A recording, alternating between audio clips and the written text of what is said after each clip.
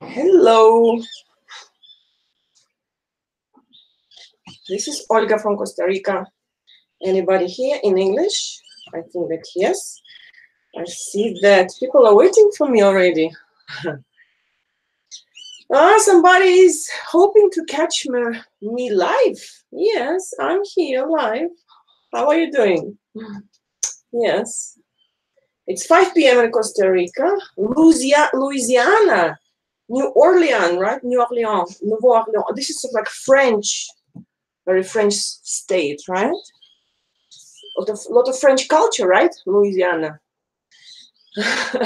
And Anthony from Richmond, Virginia. Okay. So, English-speaking viewers, followers, astrology lovers, nice to see you on my channel. Yes, I fixed a little bit light issues. Now I have my lamp in front of my face. Maybe you will hear birds singing because it's very dry in Costa Rica. It's not rainy season, so they're thirsty. Okay, my friends, what's up? What are the news? How is this full moon? It's almost here in 24 hours, the full moon. How was your St. Valentine's, Lover's Day? And how was the conjunction Mars-Uranus on the 13th? Did you survive? Me? Yes, I did survive, but I had a big fight. Nadia Garcia, hi. I had a big fight with my neighbors because I was live streaming with the tarot cards on Facebook on the February 14th, love reading for, express love readings on Lover's Day. And the neighbors were knocking at my door. They interrupted my English live streaming on love tarot readings, because they needed the remote control of the gate. The visitor couldn't enter the gate, the yard, the court of the condominiums, and they just were knocking without non-stop the door of my apartment. I couldn't open them because I was live streaming, so they spoiled my live streaming. So I got mad during the conjunction Mars-Uranus. My friends, oh my God, the birds. I don't know if you hear them, but they're so loud. Just maybe two announcements. Before two. Yeah, it was. I wanted to. I don't know how to say in English. Étrangler, to kill the neighbor. Because I told in Spanish, in English that I'm live streaming, and she was like, "No, remote control."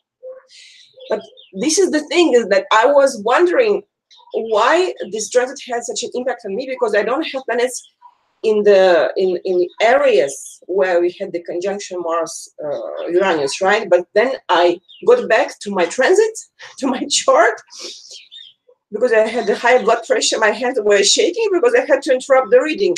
And finally, of course, since I have my Sun in Aquarius, Moon and Mars in Leo in a position, the point of the conjunction Mars-Uranus formed the squares to my Sun and to my Moon in Mars. Of course, it provoked the aggressiveness. There was insult. It was crazy. It was insane. But then I had the bottle of red wine to calm down. But the live streaming was spoiled. Okay, my friends, two things. I don't know if you follow my tarot readings on YouTube or on Facebook. I do express tarot readings every third week, okay, in alternation on YouTube and then on Facebook. So the next one will be on March 8th on YouTube, love reading. Sarah, you always join me. And for English, Sun and Leo, Moon and Aquarius. You? Oh, me is on the contrary.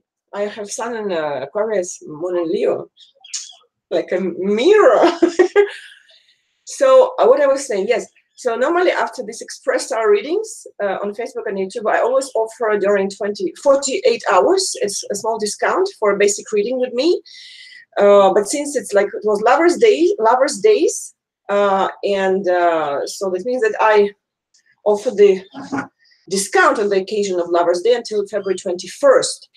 20% discount on the basic reading Astro Tarot on love questions of 30 and 60 minutes, as well as 20% discount on all services. I mean, there are two related to love relationships, love and partnership relationships, couple synastry, and analysis of love relationships. So you can visit my website, the front page. Where is the front page? You see the announcement, the description of the offer, of the promotion. This is the one thing, and until February 21st. And another thing that, you know, I had 2 live streamings today in the morning in Russian, and the afternoon. I have so much energy because of the full moon. At 2 p.m. I had the live streaming in French, and I discovered recently the stuff as a super chat. Actually, you see on the bottom of the chat, you know, underneath the space where you type your message, the icon with the smiley and the icon with the dollar. So actually, you're welcome if you want to support me financially to send a donation, you know, and your donation will appear on the top of the chat with your name and the amount, and it will stay, you know, it will be pinned in the top of the chat. And maybe if you have a personal question, but not very complicated.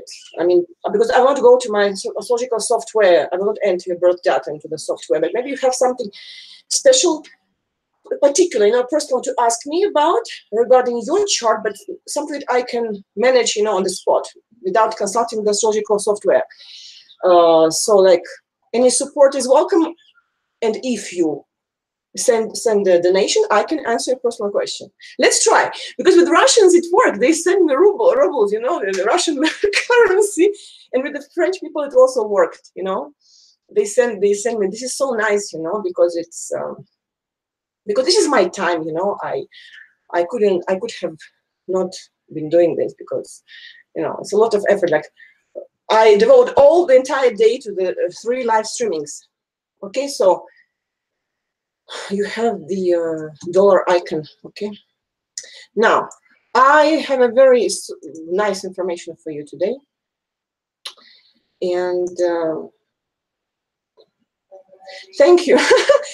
Because look, of course I have like 300-500 views of English, you know, before it was recorded videos and now live streamings.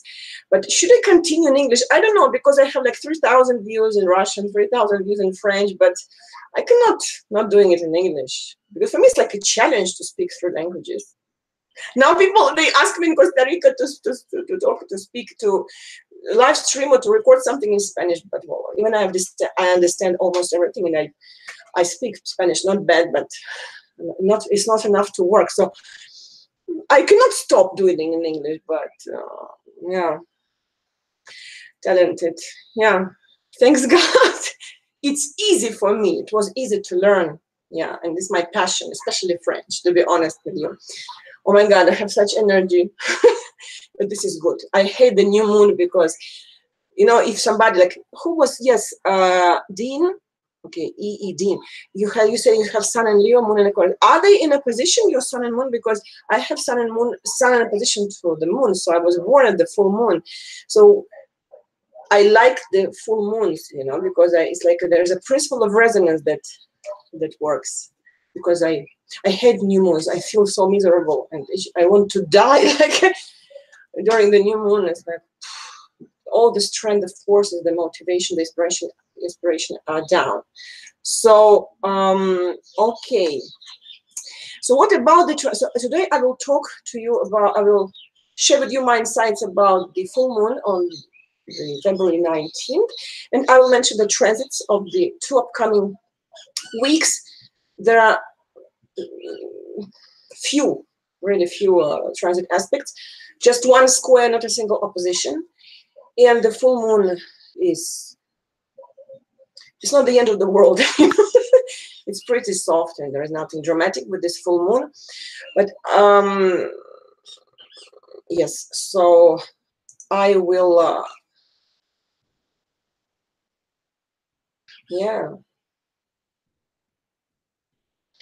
Yes, 11 people. God, where do you come from? All this? You all have full moon. You are born full moon. Look, just before to start talking about my transits, you have to keep in mind, you know, two things. When you, because the transits, this is the fifth and the last technique, predictive technique. The first one is the solar arc. It's the symbolic movement that works with the following proportion. Everything, all the elements of the chart move symbolically, you know, 1 degree per year, right? Now, hi, Linda. Then the, this is like major arcana in tarot, you know, external events. And the orb is 2 years, 1 year before. Oh my God, the birds, they got crazy. 1 year after. The second is the secondary progressions. The proportion is 1 day of life is equal to 1 year of life. These are emotional states, the inner emotional rhythm clock, emotional clock. What we feel, these are minor arcanas in tarot. I always do this parallel, you know. Do or make so difficult for, you know, for Russians, you know, we don't have articles, for example. So it's so difficult sometimes to know whether you have to, you can use the article and which one, A or D, or in French also le, la, de, because we don't have this in Russian, we don't have articles. So the third technique is the solar return. What I would say the eclipses, then the solar return, and the transits are in the end. If any transit doesn't touch your personal planet as an element of a certain house, this transit will pass unnoticed. It will just a background energy, okay? So don't get crazy when like, oh my God, conjunction Sun, Mars, Uranus, Mars. Yeah, it formed squares to my personal planets, Moon and Sun and Mars. That's why I exploded. I wanted to kill the neighbor. And by the way, she wanted to kill me. And she was insulting me, like, what is it? Wait for me. I will do witchcraft. Oh my God. Thank you very much, Sarah. Oh, this is so nice. I'm so excited. So I think that I will go buy my bottle tonight. Okay, I will answer later. Okay, Sarah. So I'll get back to the chat later. Oh my God. It's so exciting. So I was saying that you have to see where the transit touch your personal planets. The most powerful would be the conjunction, of course. But another thing is that, for example, I'm going to talk about now in a while about the conjunction Mercury Neptune tomorrow on the background of the full moon. In Pisces. Maybe you have this conjunction Mercury Neptune in your natal chart, but in another sign than Pisces. But you will catch the vibration of the transit conjunction Mercury Neptune. Do you follow me? So you will, the transit conjunction Mercury Pisces, Mercury Neptune, I have to calm down, so excited, will affect you, even though this conjunction will not touch your personal planet. But it is called the principle of resonance. Is it clear? So don't be scared about all the transits. Sometimes very tense and difficult. So you have to check how the transit chart affects your natal chart. Okay. So now I will cover for a moment the window with my text, and I will share with you the insights about the transits. Oh my God. And I think that I was not daring to go to live stream, you know, before. I was like stressing. Now, like, I wait for these, like, as if I was in a national TV talking to Putin. All right. So,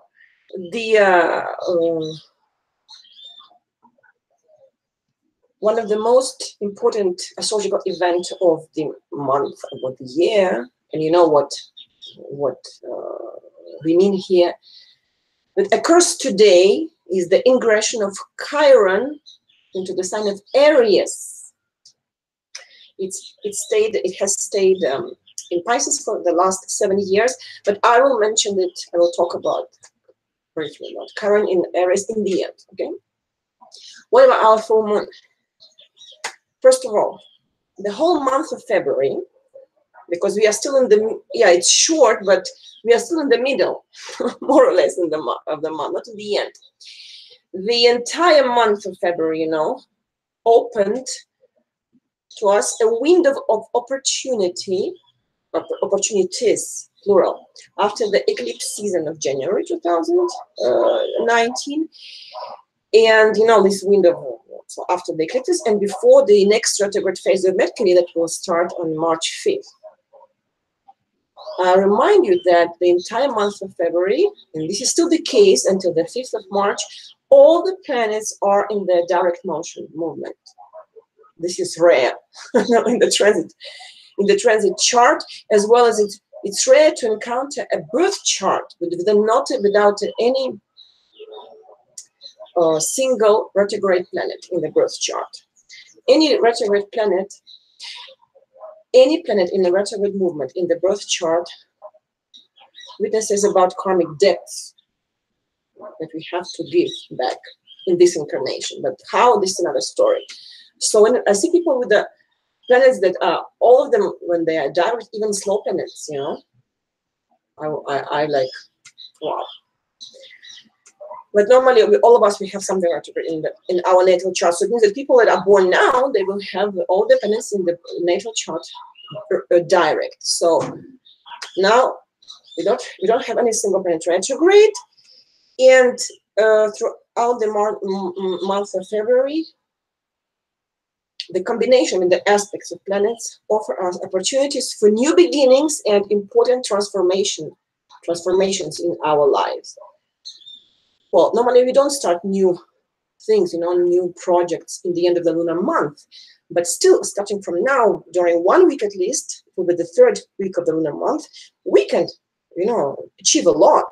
We must not start anything radically new in the very last day of the lunar month, Hecate, the days of Hecate. But the 3rd week of the lunar month, gorgeous. So, yes, in February we had 2 stelliums, concentration of planets in 2 signs, mainly in Capricorn, because we have Saturn, Pluto, and Venus in Capricorn, and especially starting from this, during the second half of February, we have planets in Pisces. Sun, Mercury, and Neptune are in Pisces, right? So we have 2 signs dominating the transit chart. Stellium in Capricorn determines a good time for setting long-term goals, for work, for career issues, for resolving career issues, for everything which is really important to us. And stellium in Pisces in the second half of the month brings us plasticity, flexibility, a lot of intuition, inspiration, and sensitivity to others, towards other people, emotional states and problems. Now, as I said, we don't have not a single tense aspect like a opposition, because it's extremely violent as a configuration, but we have 1 square, Mercury square Jupiter a little bit later. But the major aspect of this full moon picture is the conjunction of Mercury with the Neptune in Pisces, which will be formed on tomorrow before the full moon. I mean, the day of the full moon depends on the time. It depends on the time zone, I mean, on the country you live in. So Mercury in conjunction with Neptune in the 16th degree of Pisces. Imagine that Mercury is in the sign of its detriment, right, in Pisces. And in addition to this, we have the conjunction with Neptune. So it's not one of the best configurations, not one of the best transit configurations. And on the background of the full moon, we can expect beautiful illusions. And it's an awesome transit for creative people, for people of creative professions, like musicians, poets, painters, dancers, actors, right? Those who create, those who need this inspiration of Neptune. But still, the main thing is to ensure that there is no ugly consequences of our illusions, because it's always painful to say goodbye to our illusion that we believed in, right?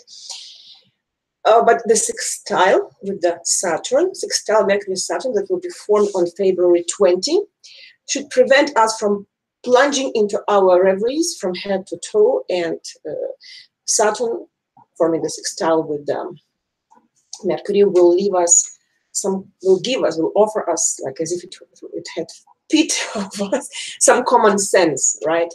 So in the context of increased intuition and good imagination, we run the risk of encountering practical difficulties in working with information.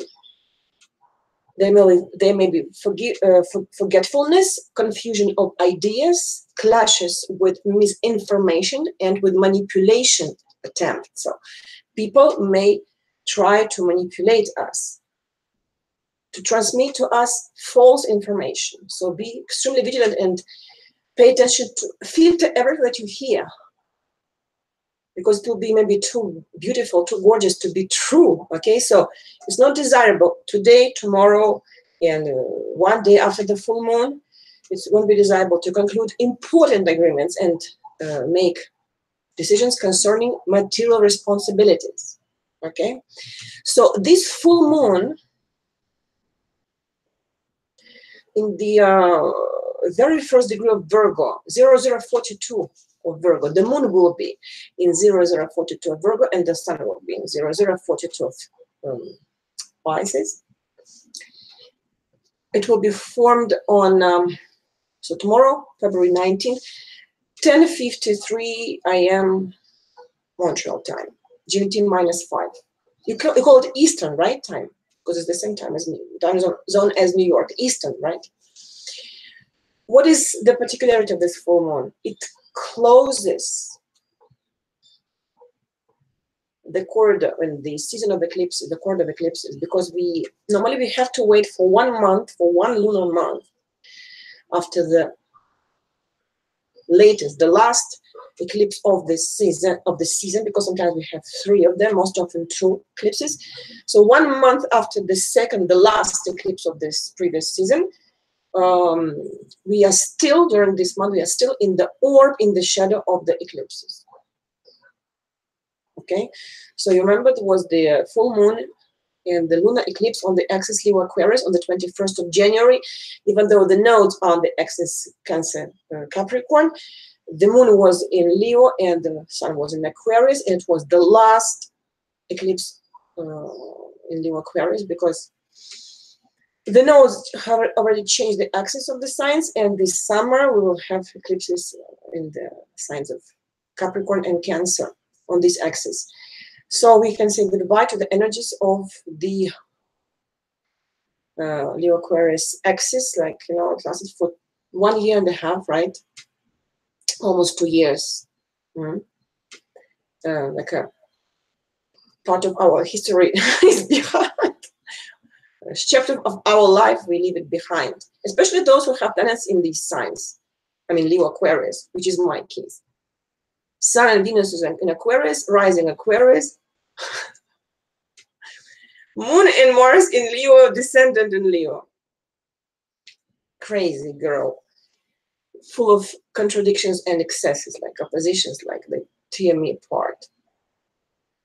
So another thing, yeah, the full moon occurs on one of the best lucky stars, Regulus. You pronounce it like this, Regulus, Regul in Russian, Regulus. Regulus. It's a star of is the biggest star of the constellation of Leo, and this star, Regulus, supports people who are not afraid to take the lead, to achieve their goals with honesty, and who are capable of generosity and nobleness. And what about the ruler of the full moon? So the full moon is formed in the first degree of Virgo, and which ruler is Mercury, right? It is direct, not retrograde, so it's a good sign. But perhaps the only negative point of February's full moon, although it is significant, is that Mercury is weakened in Pisces, in the sign of its detriment, and it has the exact conjunction with the Neptune.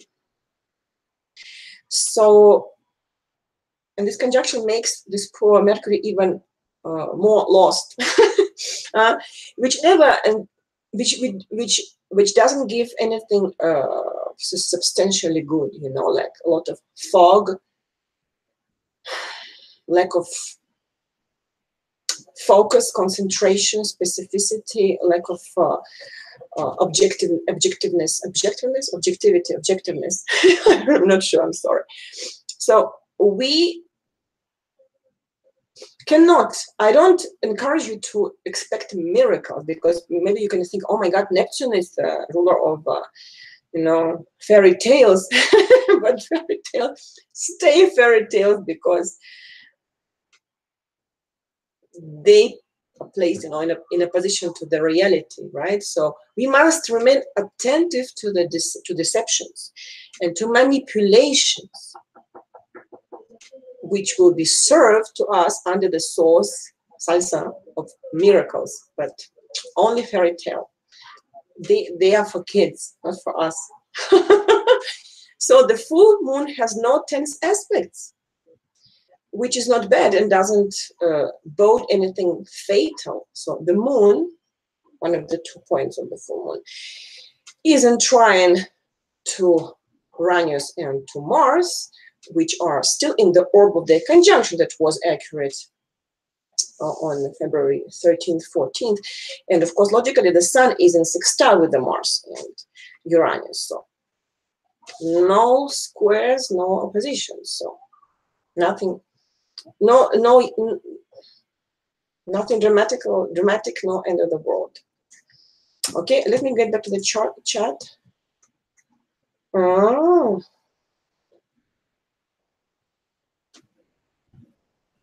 Okay, let me continue. I will get back to the chat later. Okay.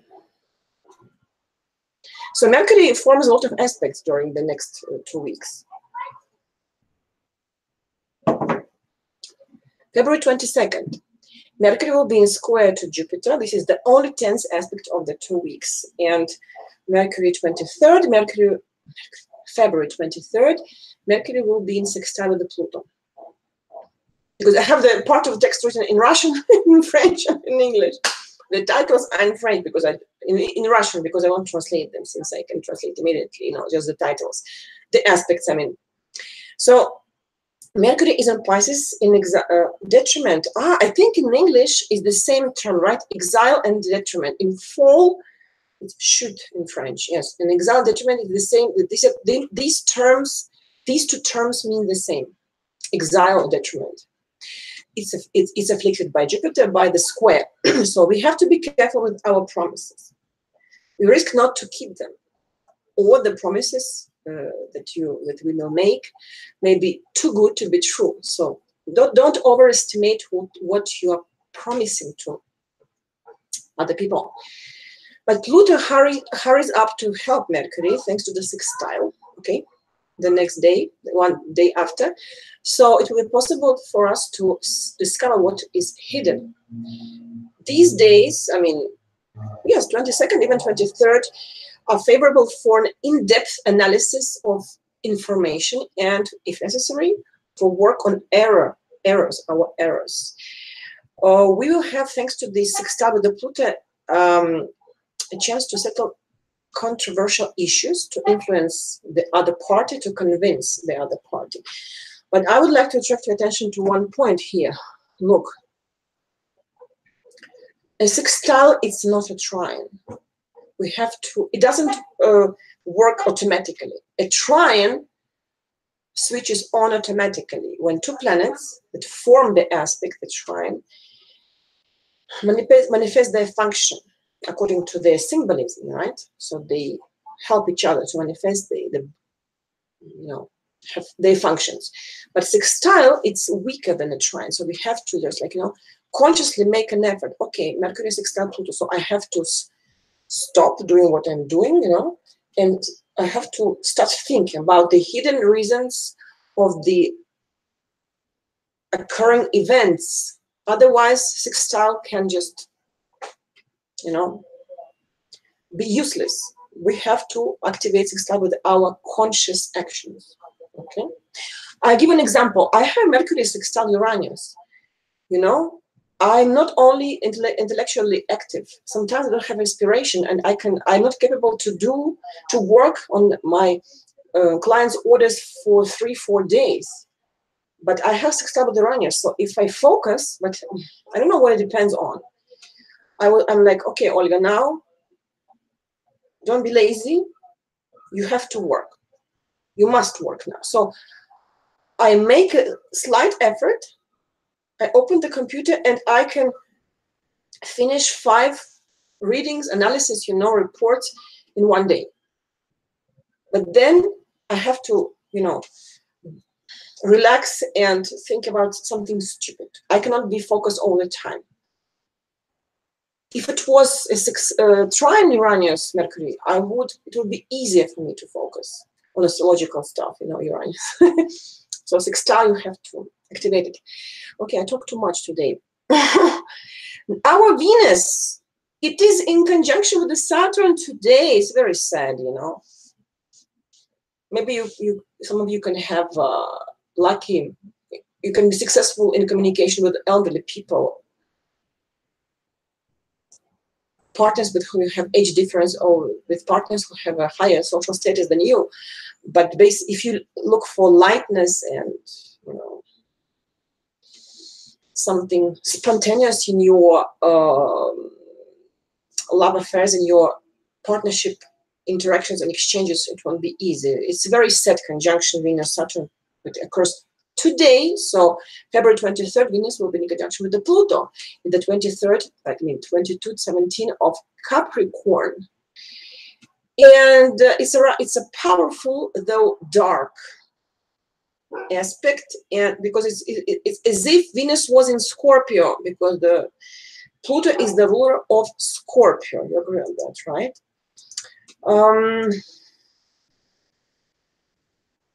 We can expect intense interaction with other people, and chaste emotional attachment is possible, including jealousy crisis. You must avoid focusing on the negative. We must not lock ourselves in our shell. We should instead allow ourselves to openly express our feelings, and also give our partner the opportunity to do so the same.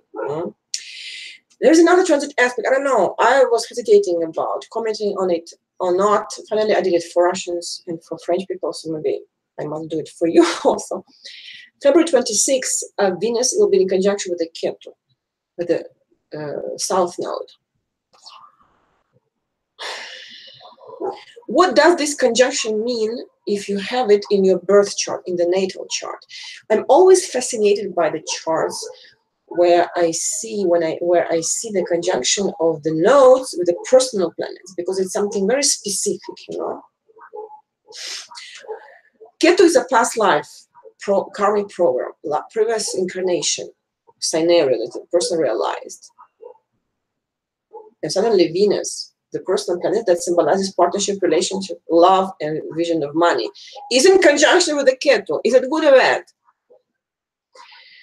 Person with this configuration, with this placement in her birth chart, can behave in 2 different contrast ways. On one hand, she may show, tendency to solitude, loneliness, isolation in emotions, inability to choose the right moment for love interaction. But in the harmonious manifestation of this placement, the person will show the ability to show, she will manifest, okay, manifest, show the ability to show unconditional love, to live, she will be capable to live a deep and serious relationship. She will be devoted totally to the partner. She will show the desire to help, but expecting spiritual reciprocity.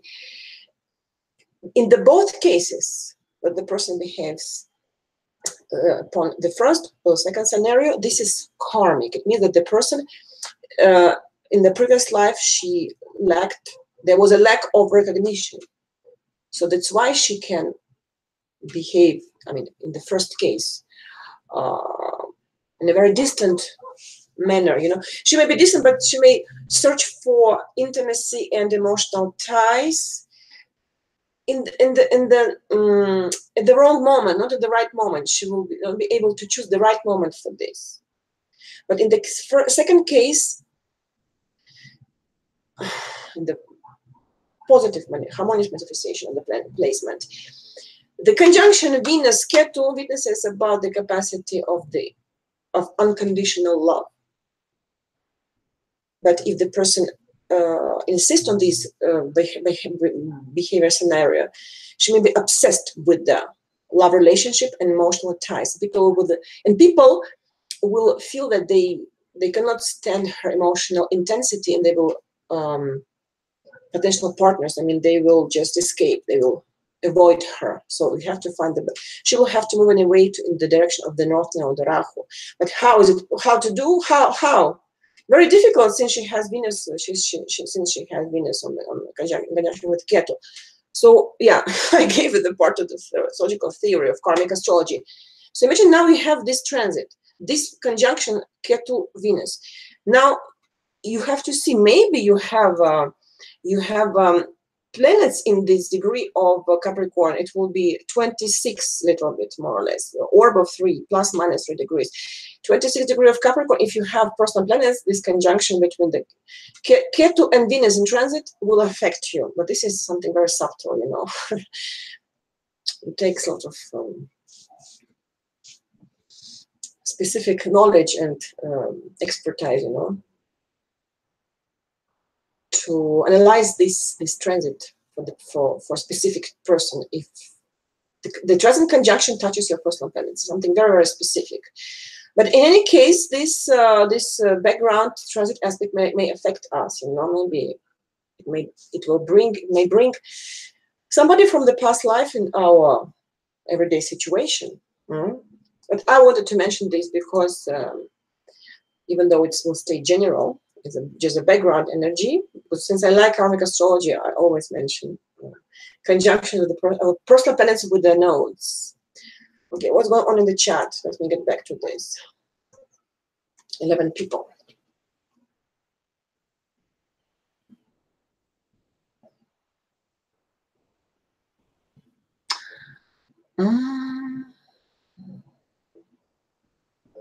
Okay, I'm curious to read, but I cannot read the comments and read my document because, okay, I'm almost finished. So, February 28th, Sun in sextile with the Mars. The Sun is sextile with Mars. Well, Mars is not the same as it was in Aries, right? It entered Taurus a couple of days ago, and it lost much of his qualities. Can we say in English his, like for Venus, her, right? Or we're obliged to say it, because it's not animated object. Him, Mars, him. So right now, this moment, yeah, sorry, I lost my text, sorry. So, however, the aspect is good, favorable, sextile with the Sun, especially if you do not direct the activity outwards, but inwards, our activity. The configuration is ideal for psychoanalysis, psychological analysis, focusing on the internal causes of events, pleasant events, and on all kinds of failures, you know, in the recent past in our lives. So generally, the last week of February, from February 23rd, yeah, after 2 days after the full moon in conjunction Mercury Neptune, this will be a good time for important decisions, discussions, and negotiations. We can do a lot in a short period of time, and the clarity of our goals and objectives will be increased. And even though it will be the second half of the lunar month, we always start something new in the beginning of the lunar month, but still it's not the same. It's not the, you know, the very last day of the lunar month. The third week of the lunar month is always very productive. It's a good time to launch projects, but we have to keep in mind that since the beginning of March, Mercury will be stationary before to get retrograde, and by the way, the stationary phase of any planet, it's worse than retrograde movement, because when it's retrograde, at least it moves. Well, yes, okay, backwards, but it moves. Whereas during stationary phase, it doesn't move. It's like a frozen. So any agreement, any contract, any purchase, or done, made, make a purchase. I don't know, made to make, to do, make. I think make. Oh, difficult. I'm sorry. During the stationary phase, the Mercury will be blocked in the future. You will have to unlock, to unblock later. So just doing nothing, no signatures, please. From the 1st to like 2nd, 3rd, 4th of March, before the beginning of the retrograde phase of Mercury, right? So we have to take into account this parameter. But until the end of the February, use the energy of the favorable transits to to take care of your affairs. So Mercury will be retrograde on the 5th of March. It will be, the retrograde phase will last until March 28th. So now, as I promised in the end, about a couple of words about Chiron. You know what? Me personally, I like to focus on the most important parameters. There are some astrologers that don't consider at all Chiron, but there are others who are obsessed with the asteroids. Everything is important. Everything that surrounds us, everything that exists is important because it was created by the creator. If it was useless, the creator wouldn't create these things. So everything is important, but in a different measure. So me prefer to separate priorities from the secondary, from the things of secondary importance. So Chiron is an asteroid. It's a ruler of Taurus. It's the first ruler of Taurus. The second ruler of Taurus is Venus. So Chiron will enter Aries today. Enter Aries. It will be in a weak position because it will be like Venus in the sign of its fall. I always confuse it. Fall, yes, or detriment. No, detriment is in Scorpio. Fall. Okay, so its cycle is 50 years, 7 months. In astrology, Chiron is responsible for the principle of unity and the struggle of opposites. It allows a person to combine her personal interest with those of the society. Chiron is a planet of orientation, a point of orientation between the two poles, the two opposite poles. It manifests itself wherever the opposites exist. Okay? Chiron is also called, you should know that, by the wounded healer. Why? Do you know why? The wounded healer. In mythology, in Greek mythology, Chiron was a, oh my God, how to pronounce this? Kentaur. Centaur, right? Centaur. Universally respected for his wisdom. He was a teacher of other centaurs and of young gods and heroes. He was a great doctor. He was wounded in the thigh by a poisoned arrow, and this wound sentenced him immortal, because all the gods were immortal, and they are immortal in the Greek mythology, right? To eternal torment, suffering. So he begged Jupiter to help him, the god Jupiter, and Jupiter had pity of him and gave him death, freeing him from suffering. So Chiron is usually presented as a centaur, I mean, when he's drawn like a picture, similar to Sagittarius, but without a bow with the arrow, right? However, in some ancient Greek images, his front legs resemble to those of a man, a human. He has human legs, front human legs, but his hind legs look like those of horses, the legs of horses, which emphasizes the superiority of the human, rational, spiritual, and compassionate side on the purely physical and animal side.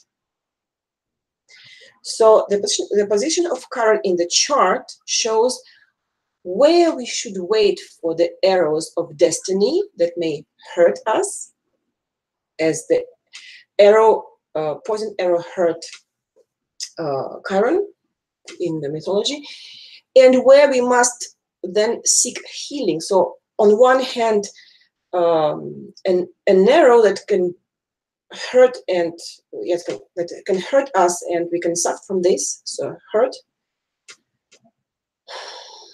Now I have French, English, Spanish words. I read this. I mix all the languages. So hurt and healing at the same time, wounds and healing at the same time. So this can be seen in its symbol, in the symbol of Chiron, which looks like a key. And this can be interpreted as a key to healing. Okay, so today Chiron in Russian, Chiron, entered Chiron. It would be retrograde from July 8 until December 12th. And it has stayed in Pisces for the last 7 years, giving us the opportunity to heal spiritually. And now his energy will be directed to our integrity, our ego, our individuality.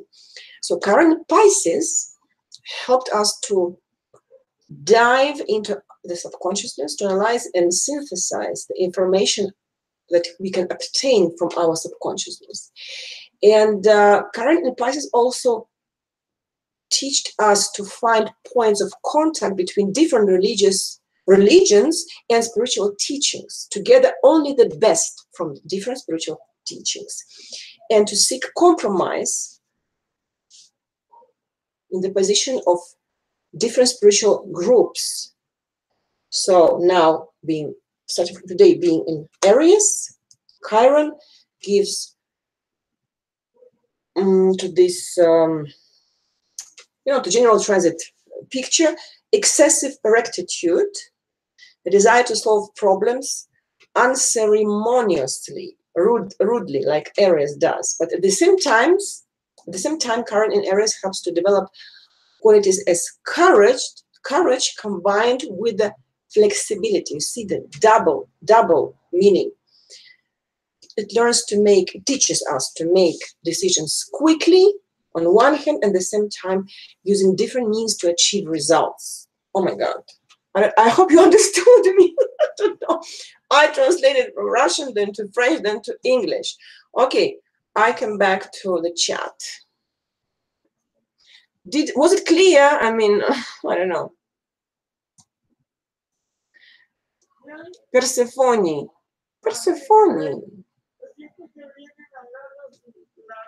What is Persephone Carto? This is Greek? Is it Greek? Greek? Are you Greek? Persephone Cariotelli. What is, you have it on 26, what 26, what? Ah, you mean birthday. I'm funny. Why people say I'm funny? French people still the same. Vous êtes tellement drôle. French people say that I'm funny. I'm a serious woman. I'm a serious Russian woman. Don't joke with me. I have Mercury in Capricorn. Persephone, is it Greek? Greek? So you see, nothing dramatic today. Yes. And birthday, the surgery, because the comments are.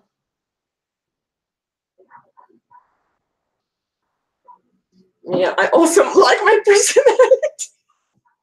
I don't know what's going on with me today. Good mood. So, okay, just Mercury conjunction Neptune. Don't believe promises. Like, don't be blind. Listen attentively to what other people. No, promise you, like fairy tales, like it enters in one ear, it gets out from another ear. Filter, no fairy tales for adults. Athens, Evcharistopoli, I know I know the band Melisses. I know, I forgot, there is a singer, oh my God. Anthony Ramos? Anthony Ramos? Oh, Ramos, no? Oh my God, I forgot. Evcharistopoli, I know. Metaopolafta, I know a couple of song titles. Melisses, yes. Okay, do anybody has questions?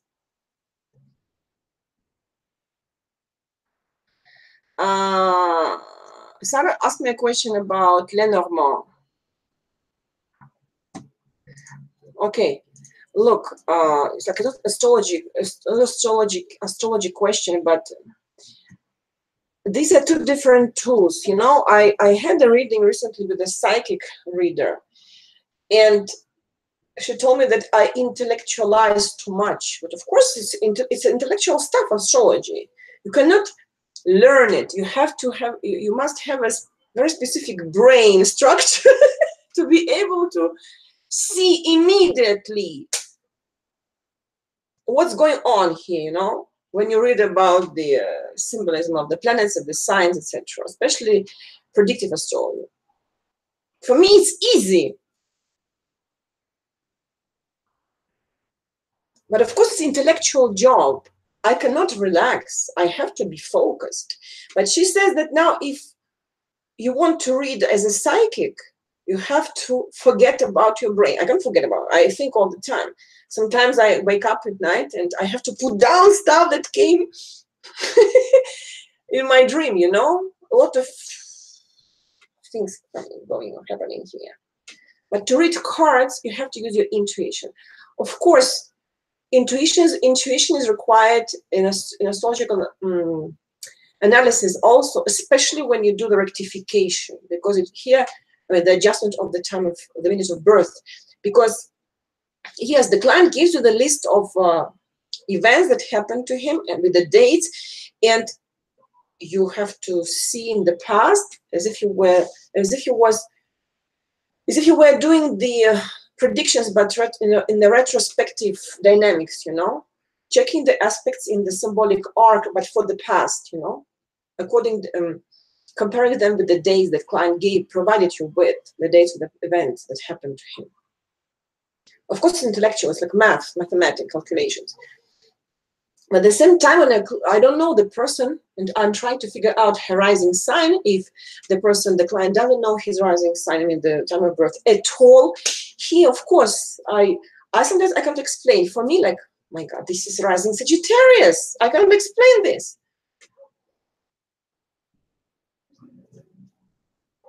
Intuition is needed for card reading, for astrology also, but mostly for cards reading and for psychic reading. It's not about even intuition psychic reading. It's about something else. But when you read the cards, all of us, we think with the archetypes, with the images. When you hear the word tree, immediately you imagine the tree, you know, the picture and how it's spelled. So when you see a picture on the card, you have to relax. But this is difficult to relax if you are used to an intellectual job, for example. It's pure intuition, but it comes with the experience. You cannot just, somebody in the French chat, you know, they were complaining because when I was doing like express star readings, you know, a person asked me a question about her career choice, and she said, I paid for the tarot workshop for 3 days, during 3 days, tarot workshop, and 3 days later, we still don't know the meaning of the cards, we cannot read them. But it doesn't come in 3 days. You need to take your time, and you have to start with something simple.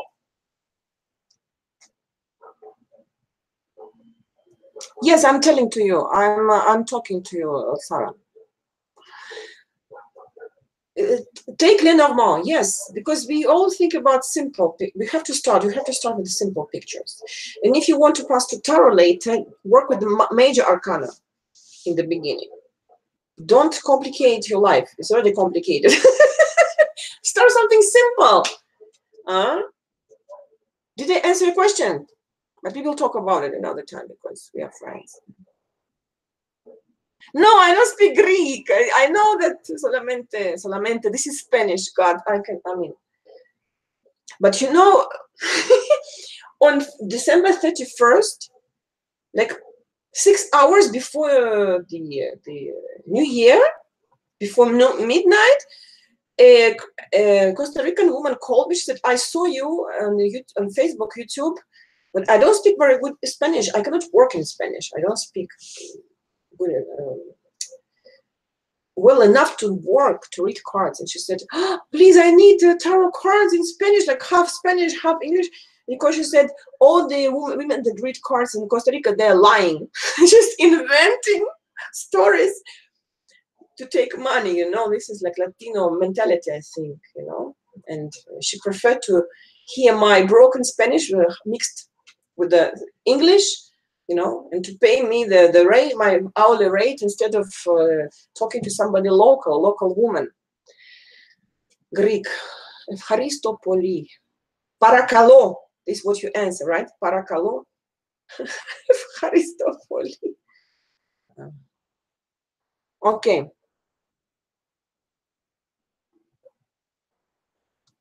Helen Bradley. You think that I look great? Yeah. I don't know what's going on with me today. Maybe it's the full moon. I hope they're not neighbors that will knock. No, I think that what happened after what happened like 3 days ago, they will never get close to my house, to my condominium.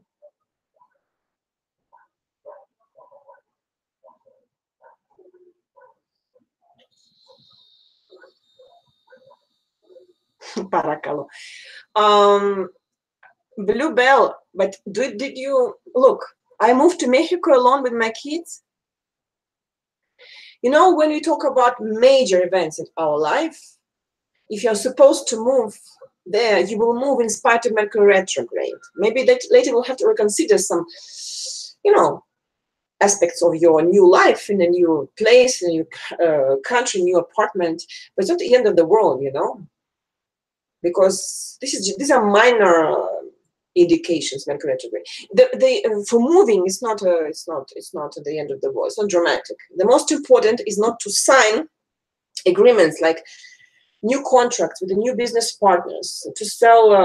You know, if you have Mercury direct in your chart, don't ever buy a laptop or cell phone, new cell phone during Mercury retrograde. It will get broken all the time. You know, this is like, it's just Mercury, you know. Moving, it's even the solar arc, your 4th house is expected, you will move, regardless Mercury retrograde. Paracalo. Look, I spoke for 1 hour. Normally with the English people, I try to do short, but I'm inspired. I don't know. Okay, my friends. Athens. You know, in the Russian, we pronounce Afini, Athens. Afini. You know, Persephone, I even have a file on my computer with the Greek songs. Greek songs, yes. Anthony Ramos, his name, right? He's the judge in the Voice of Greece. Ramos.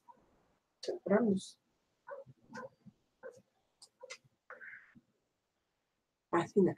Okay, Paraka. So I think that we'll stop here because I will pick up my bottle of red wine, I think. I like red wine. My friends, good luck to all of you. Thank you. If somebody wants to use a promotion, once again, maybe for those who arrived later than the first minute of the live streaming, 20% discount on basic reading Astro Tarot of 60 and 30 minutes until February 21st. Questions about love. Also discount on couple semester analysis and general analysis of love relationships. Okay. Island. Oh, you should have a very specific accent. because I discover English-speaking tarot readers on YouTube. Sometimes I don't understand what they're saying. I think it's like from England or from another, because from US it's easier, but from I have to stop. God, I don't know what's going on. I'm motivated by, I don't know by what. It's like a full moon. Okay, the dog is barking already, so I have Ramos, Ramos, Ramos, Ramos. Yes, Anthony. What is his first name? Anthony Ramos. Meta Paulafta, he has the song. Ramos. Okay, I have to stop. My friends, March 8th, tarot readings. Tarot astrology. Tarot Lenormand reading for all, express reading, March 8 on YouTube. 5 p.m. Costa Rica, as today. Always doing English at 5, Anthony Ramos. Okay.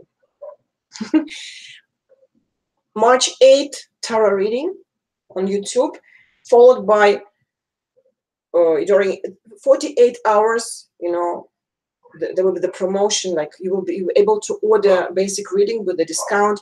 48 hours during the 48 hours after the live streaming. So talk to you on March 8. Good luck to all of you, and I hope to see more people, you know, English-speaking people with the time, I hope, if I become a real guru with the time. Okay, so I stop here, otherwise I will spend it for 48 hours. Yeah.